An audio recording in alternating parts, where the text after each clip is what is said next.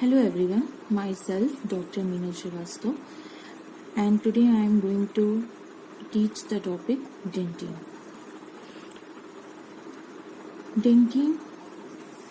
Dentin पढ़ने से पहले हम लोग ये जानेंगे कि टूथ के पार्ट क्या होते हैं। टूथ को हम 3 पार्ट्स में डिवाइड करते हैं। पहला पार्ट होता है crown, second part is the neck and third part is the root. Okay.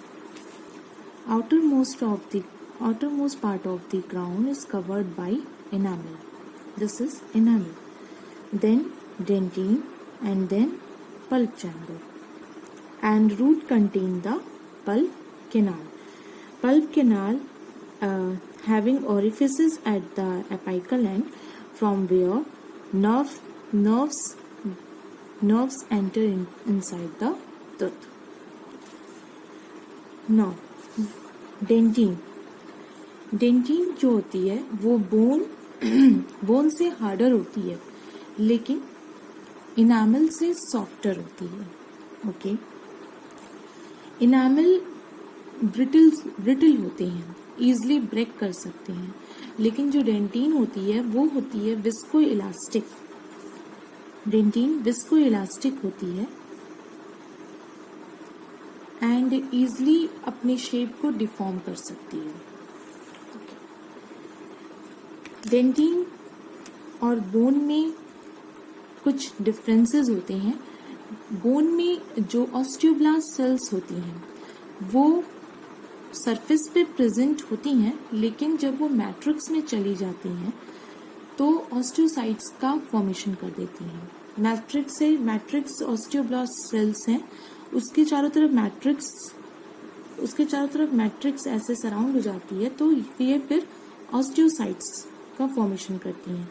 Osteoblast एक बोन फॉर्मिंग सेल्स होती हैं जो कि एक्टिव होती हैं, बट ऑस्टियोसाइट सेल डिवाइड नहीं कर सकती। ओके, बट डेंटिन में जो ओडेंटोब्लास्ट सेल्स होती हैं वो पल्प के सरफेस पे पाई जाती हैं।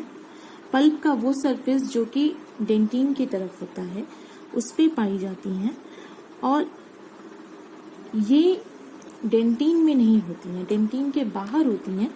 इनसे जो प्रोसेस निकलते हैं वही सिर्फ डेंटिन में जाते हैं। सो ये मेजर डिफरेंस है बोन और डेंटिन के बीच का। डेंटिन की अगर हम हार्डनेस की बात करें तो डेंटिन की हार्डनेस सेंट्रल पार्ट जो है डेंटिन का वो ज्यादा हार्ड होता है। जो डेंटिन का सेंट्रल पार्ट होता है वो मोर हार्डर होता है, लेकिन जो पेरीफेरी होती है डेंटिन की वो उतनी हार्डर नहीं होती है। डेंटिन प्राइमरी टीथ में कम हार्डर होती है, परमानेंट टीथ में ज्यादा होती है हार्डर। डेंटिन की जो हार्डनेस होती है वो टूथ के टाइप और टूथ के सरफेसेस पे भी डिपेंड करती है।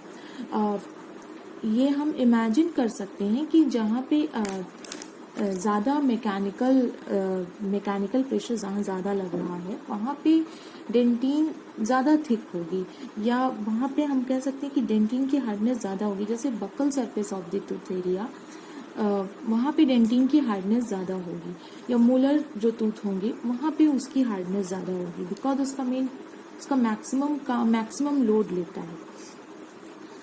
उसी तरीके से डेंटिन जो होते हैं वो लाइट येलोइश होते हैं कलर में। ठीक है, डेंटिन के कलर की अगर हम बात करेंगे तो डेंटिन लाइट येलोइश होते हैं कलर में। फिजिकल एंड केमिकल प्रॉपर्टीज अब हम डेंटिन की पढ़ेंगे।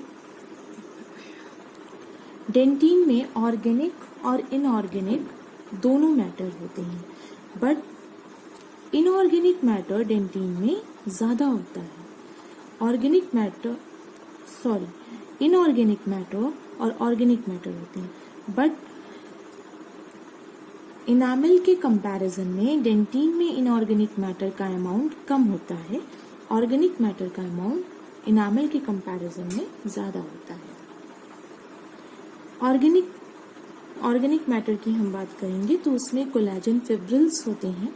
कोलेजन फिब्रिल्स में भी टाइप 1 कोलेजन फाइबर्स पाए जाते हैं जो कि प्रिंसिपल फाइबर्स होते हैं। ये फाइबर्स ग्राउंड सब्सटेंस में एम्बेडेड होते हैं। नाउ ग्राउंड सब्सटेंस में क्या क्या चीजें पाई जाती हैं? तो ग्राउंड सब्सटेंस में प्रोटियोग्लाइकेंस होते हैं, ग्लाइकोप्रोटीन्स होती हैं, प्रोटियोग्लाइकेंस, ग्लाइकोप्रोटीन एंड फॉस्फोप्रोटीन्स होते हैं। प्रोटियोग्लाइकेंस में जो चीजें पाई जाती हैं उनको हम एक कोड के फॉर्म में याद कर सकते हैं, means BCD, B for biglycan, C for chondroitin sulphates and D for decorin. Okay, उसी तरह ग्लाइकोप्रोटीन्स में जो चीजें पाई जाती हैं उसे भी हम कोड के फॉर्म में याद कर सकते हैं, D for dentin sialoprotein, O for osteonectin and O for osteopontin, do. Okay, now phosphoprotein में डेंटीन फॉस्फोप्रोटीन होती है एंड गामा कार्बोक्सी ग्लूटामेट होती है। ये गामा कार्बोक्सी ग्लूटामेट ये दो चीजें कंटेन करती है, पहला GLA protein and second is phospholipid. Now inorganic matter की हम बात करेंगे तो इनऑर्गेनिक मैटर 65% ही होते हैं। Mainly inorganic matter hydroxy apatite crystal से फॉर्म होते हैं।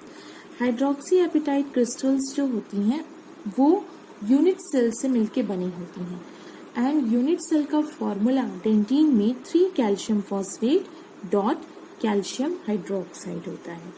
इस तरीके के 7000 यूनिट सेल्स होते हैं जो कि मिलकर के हाइड्रोक्सी एपेटाइट क्रिस्टल का फॉर्मेशन करते हैं। Now, one question is arise: what is unit cell? Unit cell is the smallest part of the, smallest portion of the smallest portion of the crystal. Okay, these unit cells, when combine each other, they form crystal. Okay, these are the unit cells.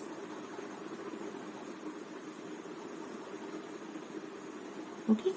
इसी तरीके की unit sales, इस एक part को हम unit sales बोलते हैं, unit cell बोलते हैं। इसी तरीके की यूनिट सेल अगर हम ऊपर जोड़े, नीचे जोड़े और साइड में अगर हम जोड़ते हैं तो ये एक क्रिस्टल का फॉर्मेशन करते हैं। ये जो क्रिस्टल होते हैं ये प्लेट शेप के होते हैं। इन क्रिस्टल्स में फॉस्फेट्स होते हैं, कार्बोनेट्स होते हैं और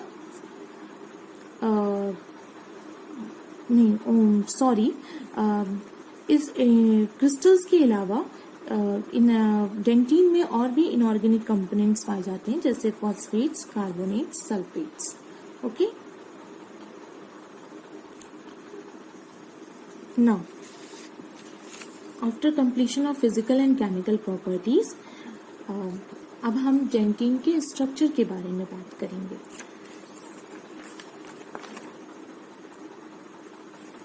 डेंटीन का जो स्ट्रक्चर है उसे हम लोग 1 by 1 देखेंगे। तो उसमें हम लोग सबसे पहले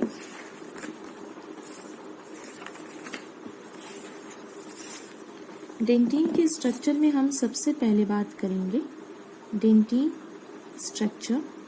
डेंटीन में कौन कौन से स्ट्रक्चर पाए जाते हैं तो उसमें हम लोग सबसे पहले बात कर रहे हैं डेंटिनल ट्यूब्यूल्स की। डेंटिनल ट्यूब्यूल होगा उन स्ट्रक्चर्स में। फिर आएगा हमारा peritubular dentin, then intratubular dentin, intertubular dentin,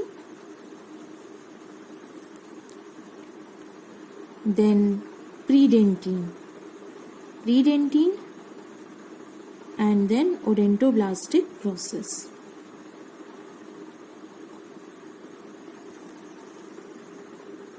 Now let's see these structure one by one. Okay.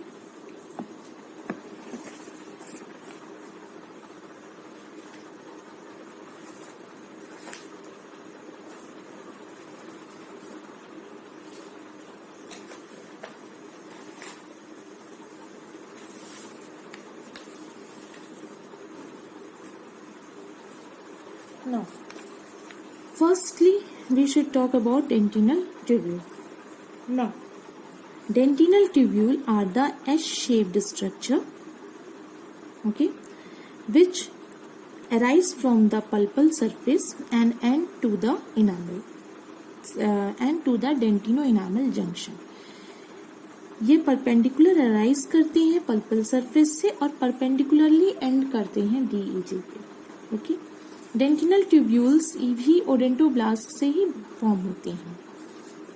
डेंटिनल tubule में जो पहली कॉन्वेक्सिटी होती है डेंटिनल ट्यूब्यूल की, वो कॉन्वेक्सिटी अपाइकल जो टूथ का एपेक्स होता है उस साइड होती है। जो फर्स्ट कॉन्वेक्सिटी होती है, ये फर्स्ट कॉन्वेक्सिटी ये टूथ के एपेक्स की तरफ पहले होती है, देन उसके बाद बाकी कॉन्वेक्सिटी कॉन्केविटी शो होगी। डेंटिनल ट्यूब्यूल में दो कर्वेचर होते हैं। फर्स्ट कर्वेचर होता है जिसे हम कहते हैं primary curvature and secondary curvature. Primary curvature हम ये ब्राउन पार्ट से देख सकते हैं, ये एस शेप्ड का कर्वेचर होता है।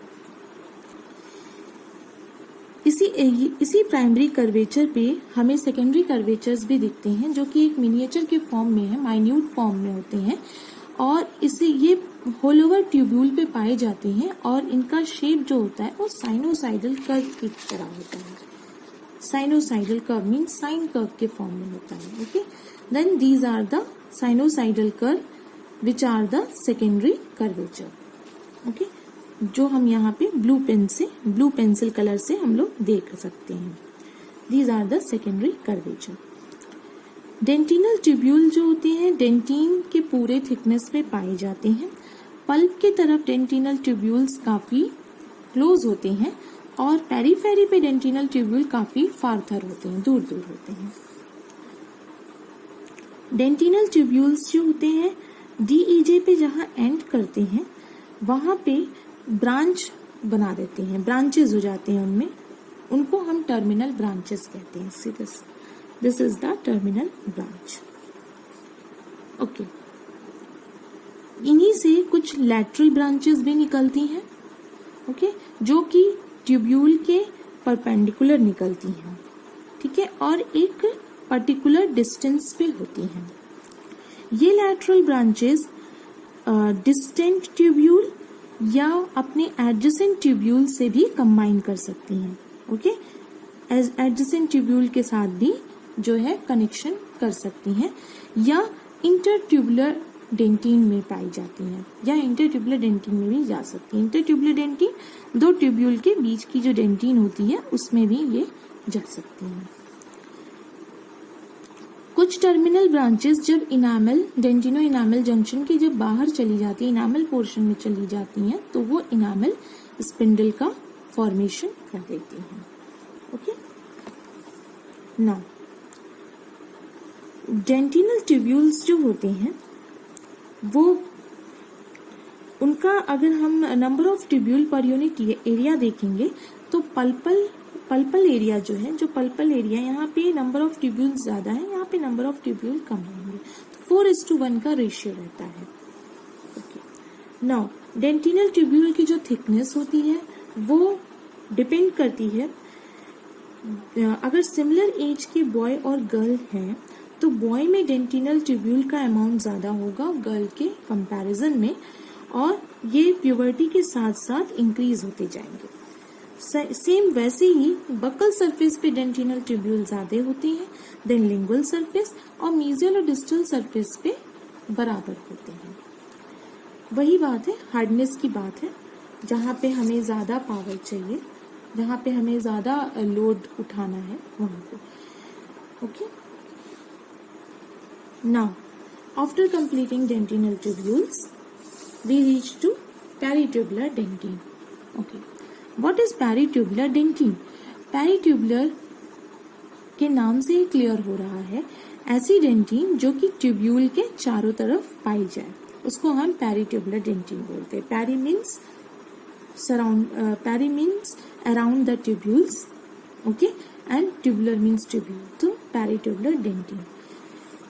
These dentin immediately surround the dentinal tubules, okay.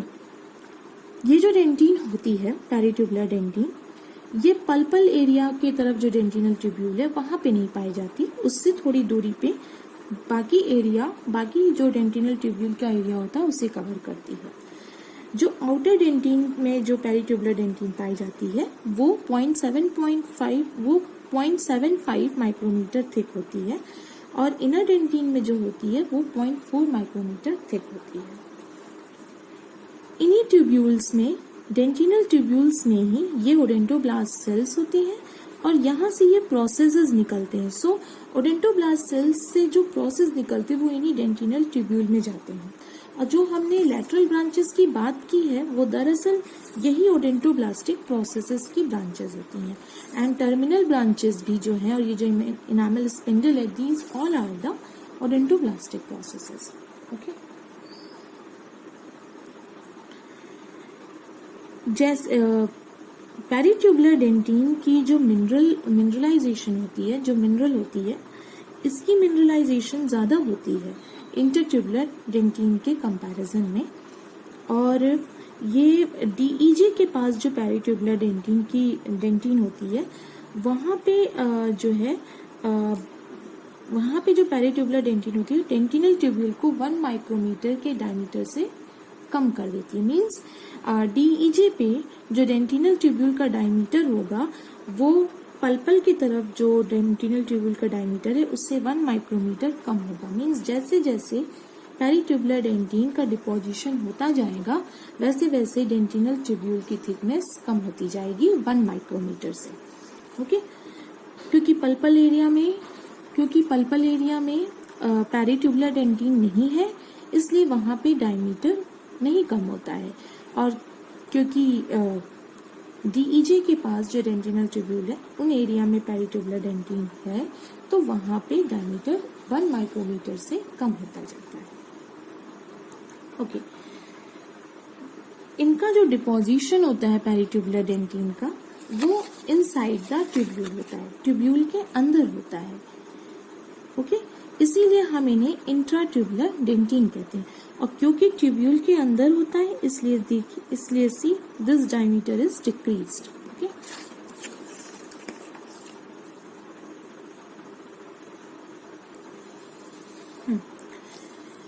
Peritubular dentine में ज्यादा मिनरलाइजेशन होती है, हाईली मिनरलाइज्ड होती है, इसलिए जब डीमिनरलाइजेशन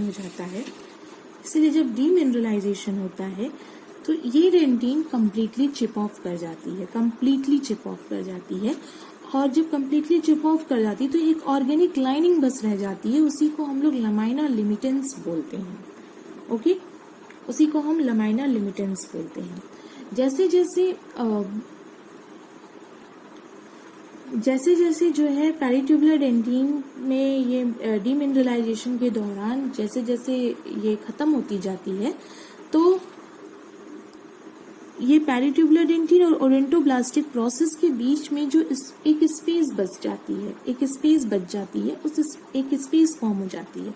उस स्पेस को हम पेरी ओडेंटोब्लास्टिक स्पेस कहते हैं। इसमें डेंटिनल फ्लूइड होती है।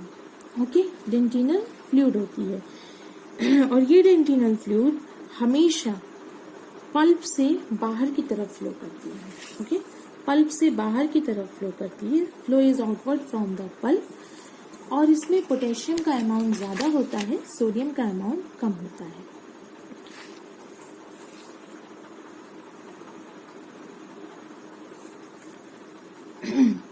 इसी डेंटिनल फ्लूइड के फ्लो के कारण ही डेंटिन की सेंसिटिविटी फील होती है।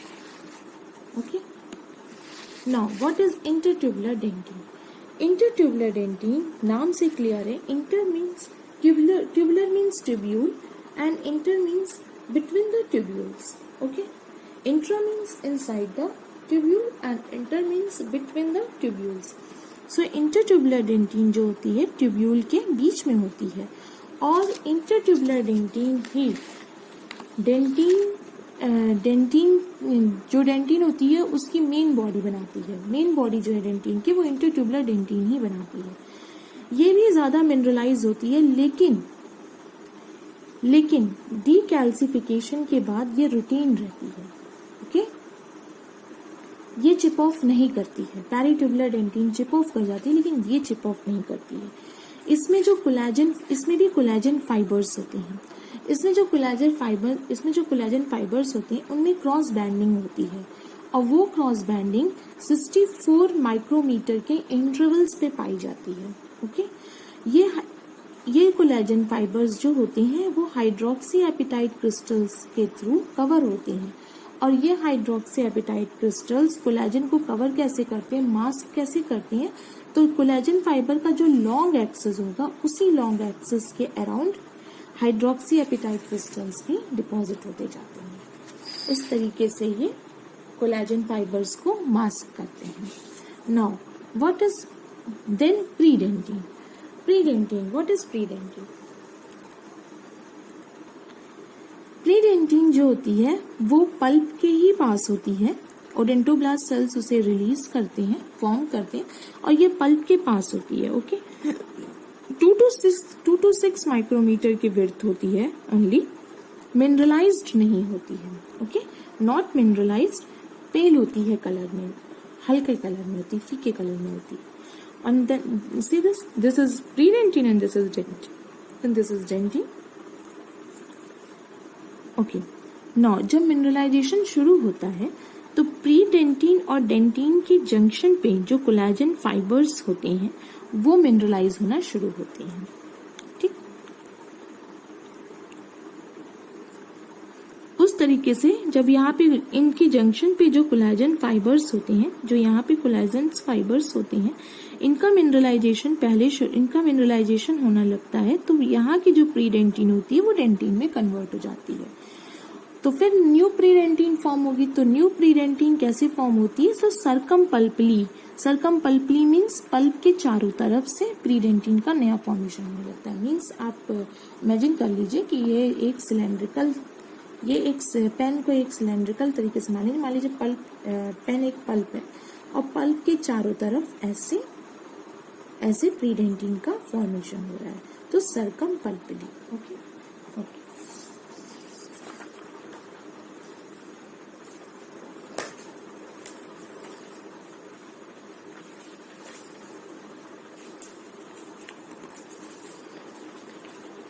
now then we discuss odontoblastic process.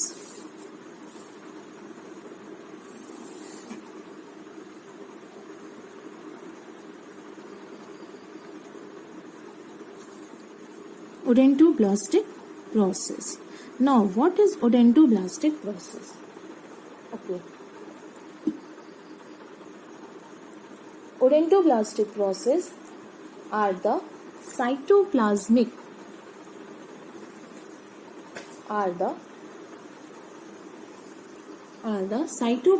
extension of the odontoblast cells. Now let's see, this is the